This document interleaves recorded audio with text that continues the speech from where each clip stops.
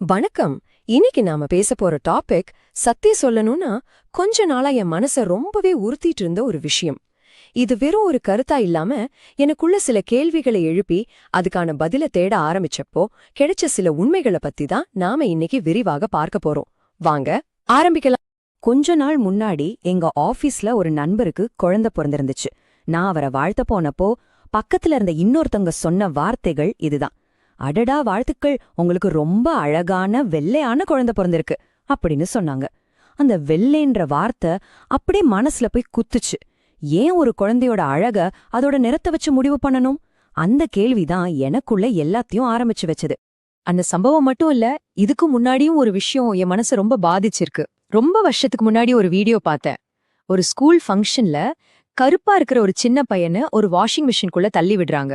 Machine ஓடி முடிஞ்சதும் உள்ள இருந்து வெள்ளையா ஒரு பையன் வெளியில வரான். அப்போ எனக்கு அதோட ஆழம் புரியல. ஆனா இப்போ நினைச்சு பார்த்தா எவ்வளவு பெரிய விஷயத்த சின்ன பசங்க மனசுல விதைக்கிறாங்கன்னு தோணுது. இது என் அண்ணனுக்கே நடந்த ஒரு விஷயம். அவன் ஒரு ஷெஃப். அவனோட ட்ரெய்னிங் டைம்ல ஒரு நாள் அவனோட நிறத்த காரணம் காட்டி, உன் முகத்தை பார்த்துட்டு யாரா எங்க கடைக்கு கேக்கு வாங்க வருவாங்க அப்படின்னு ரொம்ப கேவலமா திட்டியிருக்காங்க. யோசிச்சு பாருங்க, இது வெறும் வார்த்தைகள் இல்ல, ஒருத்தனோட தன்னம்பிக்கையே உடைக்கிற ஒரு ஆயுதம். இந்த எல்லா அனுபவமும் என்ன ஒரே ஒரு கேள்விக்கு தான் கொண்டு வந்து நிறுத்துச்சு. ஏன் ஏன் அழகுங்கிறத ஒருத்தரோட தோல் நிறத்தை வச்சு தீர்மானிக்கிறோம்? நம்ம சமூகம் எப்போ எப்படி வெள்ளதா அழகு, கருப்புனா அழுக்குன்னு நம்ப ஆரம்பிச்சோம். இந்த எண்ணம் நமக்குள்ள எப்படி வந்துச்சு? வாங்க இதுக்கு பின்னாடி இருக்கிற அறிவியலையும் வரலாற்றையும் கொஞ்சம் அலசி பாப்போம். முதல்ல சயின்ஸ் என்ன சொல்லுதுன்னு பார்க்கலாம். ஏன்னா இது அழகு சம்பந்தப்பட்ட விஷயமே இல்ல. இது முழுக்க முழுக்க இயற்கையோட ஒரு சூப்பரான, ஒரு அற்புதமான டிசைன். நம்ம ஸ்கின், முடி, கண்ணு இதுக்கெல்லாம் கலர் கொடுக்கற ஒரு பொருள் தான் மெலனின். இதோட முக்கியமான வேலை என்ன தெரியுமா? சூரியன் கிட்ட இருந்து வர்ற ஹார்ம்ஃபுல் யூவி கதிர்கள்ல இருந்து நம்மள காப்பாத்துறது தான். சிம்பிளா சொன்னா இது நம்ம உடம்போட நேச்சுரல் சன்ஸ்கிரீன். இப்ப பாருங்க, மெலனின் அதிகமா சுரந்தா ஸ்கின் டார்க்கா இருக்கும். அதனால யூவி ப்ரொடெக்ஷனும் அதிகமா இருக்கும். அதனாலதான் பூமத்திய ரேகைக்கு பக்கத்துல, அதாவது வெயில் அதிகமா இருக்கிற இடங்கள்ல வாழ்ற மக்களுக்கு இயல்பாவே டார்க் ஸ்கின் இருக்கு. அதே சமயம் மெலனின் கம்மியா இருந்தா ஸ்கின் லைட்டா இருக்கும், யூவி ப்ரொடெக்ஷனும் கம்மியா இருக்கும். இது வெயில் கம்மியா இருக்கிற குளிர் பிரதேசங்கள்ல வாழ்ற மக்களுக்கு இயல்பாவே அமைஞ்சிருக்கு. நம்ம தோல்ல 3 லேயர்ஸ் இருக்கு. இதுல நாம கவனிக்க வேண்டியது அந்த வெளி லேயர் தான், எபிடெர்மிஸ். சூரிய ஒளி நேரடியா தாக்குறது இந்த லேயரை தான். இங்கேதான் மெலனின் ஒரு போர் வீரன் மாதிரி நின்னு நம்மள பாதுகாக்குது. சுமார் 3 லட்சம் வருஷத்துக்கு முன்னாடி ஆப்பிரிக்கால வாழ்ந்த நம்ம மூதாதையர்களுக்கு அங்கிருந்த கடுமையான வெயில சமாளிக்க அதிக மெலனின் தேவைப்பட்டுச்சு. அதனால அவங்க ஸ்கின் டார்க்கா இருந்துச்சு. அப்புறம் ஒரு 1.5 லட்சம் வருஷத்துக்கு முன்னாடி மனுஷங்க வெயில் கம்மியா இருக்கிற ஐரோப்பா மாதிரி இடங்களுக்கு போக ஆரம்பிச்சாங்க. அப்போ அவங்க உடம்புக்கு அவ்ளோ மெலனின் தேவைப்படல. அதனால அதோட உற்பத்தி குறைஞ்சி ஸ்கின் லைட்டா மாறிச்சு. இதிலிருந்து என்ன தெரியுது? நம்ம தோல் நிறங்கிறது நாம வாழ்ந்த இடத்துக்கு ஏத்த மாதிரி நம்ம உடம்பு தன்னைத்தானே மாத்திக்கிட்டோ ஒரு அடாப்டேஷன், அவ்வளவுதான். சரி, சயின்ஸ் இவ்ளோ தெளிவா சொல்லுது. அப்புறம் எப்படி இந்த உயிரியல் உண்மை ஒரு சமூக பாகுபாடா மாறுச்சு? வரலாறு எப்படி இத மொத்தமா மாத்தி போட்டுச்சுன்னு இப்ப பாக்கலாம். நம்ம கலாச்சாரத்திலே பாருங்களேன், கிருஷ்ணரை நாம என்ன சொல்றோம்? கார்மேக வண்ணன்னு சொல்றோம். அடர்ந்த மழை மேகம் போன்ற கருமை நிறத்தவர்னு கொண்டாடுறோம். ஆனா இன்னைக்கு என்ன நடக்குது?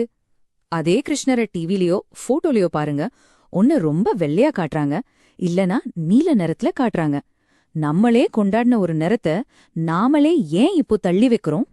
இதுக்கு ஒரு முக்கியமான காரணம் காலனி ஆதிக்கம். கிட்டத்தட்ட 500-600 வருஷம் வெள்ளையர்களான ஐரோப்பியர்கள் நம்மள ஆண்டாங்க. அவங்க ரொம்ப தந்திரமா அவங்கள அறிவாளிகளாகவும் ஆட்சியாளர்களாகவும் காட்டிக்கிட்டாங்க. அதே நேரத்துல கருப்பு நிற மக்களை கூலி வேலை செய்யறவங்களாகவும் அடிமைகளாகவும் சித்தரிச்சாங்க. இதனால என்ன ஆச்சுன்னா, நம்ம மனசுல ஆழமா வெள்ளைன்னா அதிகாரம், கருப்புன்னா அடிமைத்தனம்னு ஒரு தப்பான எண்ணம் பதிஞ்சிருச்சு. இந்த பாகுபாடு நம்ம பேச்சுல கூட வந்துடுச்சு பாருங்க. பாக்ஸிங் வீரர் முகமது அலி சொன்ன மாதிரி, ஒரு கெட்ட காரியத்தை பிளாக்மெயில்னு சொல்றோம், ஆனா ஒயிட் மெயில்னு சொல்றதில்ல. கருப்புன்னா கெட்டது, வெள்ளன்னா நல்லதுன்னு நம்ம மொழியிலேயே அது கலந்துடுச்சு. இன்னைக்கு நம்ம தமிழ் சினிமாவை எடுத்துக்கோங்க. ரஜினி சார் மாதிரி கருப்பு நிற ஹீரோக்களை நாம ஏத்துக்கிட்டோம். ஆனா ஹீரோயின்கள் இன்னைக்கும் பெரும்பாலும் வெளிர் நிறம் கொண்ட நடிகைகள் தான் ஹீரோயின்களா வர்றாங்க. இது ஏன்? சரி, இந்த எல்லா பாகுபாடுகளுக்கும் நடுவுல ஒரு ஆச்சரியமான ஆனா ரொம்ப முக்கியமான உண்மைய நம்ம பார்க்க போறோம். கருப்பு நிறம் ஒரு சாபமே இல்ல, அது ஒரு வாரம். அதுல என்னென்ன அறிவியல் நன்மைகள் இருக்குன்னு இப்ப தெரிஞ்சுக்கலாம் வாங்க. இந்த சார்ட்டை கொஞ்சம் பாருங்க. இது ஸ்கின் கேன்சர் வரதுக்கான வாய்ப்பை காட்டுது.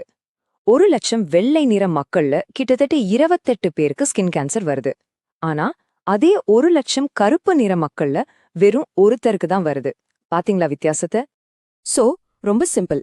கருமையான தோலுங்கிறது இயற்கையாவே நமக்கு கிடைச்ச ஒரு பாதுகாப்பு கவசம். இது யூவி கதிர்கள்ல இருந்து நம்மள பாதுகாக்குது, ஸ்கின் கேன்சர் வர ரிஸ்க பயங்கரமா குறைக்குது, நம்ம சருமம் சீக்கிரம் சுருங்காம பாத்துக்குது. அது மட்டும் இல்ல, எலும்புகளோட அடர்த்தி கூட அதிகமா இருக்குன்னு சில ஆய்வுகள் சொல்லுது. ஓகே, இப்ப நாம சயின்ஸ், ஹிஸ்டரி, அதோட நன்மைகள்னு எல்லாத்தையும் பாத்துட்டோம். இப்ப நாம உண்மையான அழகுன்னா என்னங்கறத பத்தி மறுபடியும் யோசிக்க வேண்டிய நேரத்துல இருக்கோம். உண்மையான அழகுங்கிறது ஒருத்தரோட தோல் நிறத்துல இல்லவே இல்ல. அது அவங்களோட குணம், அவங்களோட கேரக்டர், மத்தவங்க கிட்ட காட்டுற அன்பு, இதுல தான் இருக்கு. நம்ம டெய்லி யூஸ் பண்ற க்ரீம், லோஷன் இதெல்லாம் எதுக்கு? நம்ம தோலை பாதுகாக்கவா இல்ல நம்மளோட நிறத்தை மாத்த முயற்சி பண்ணவா?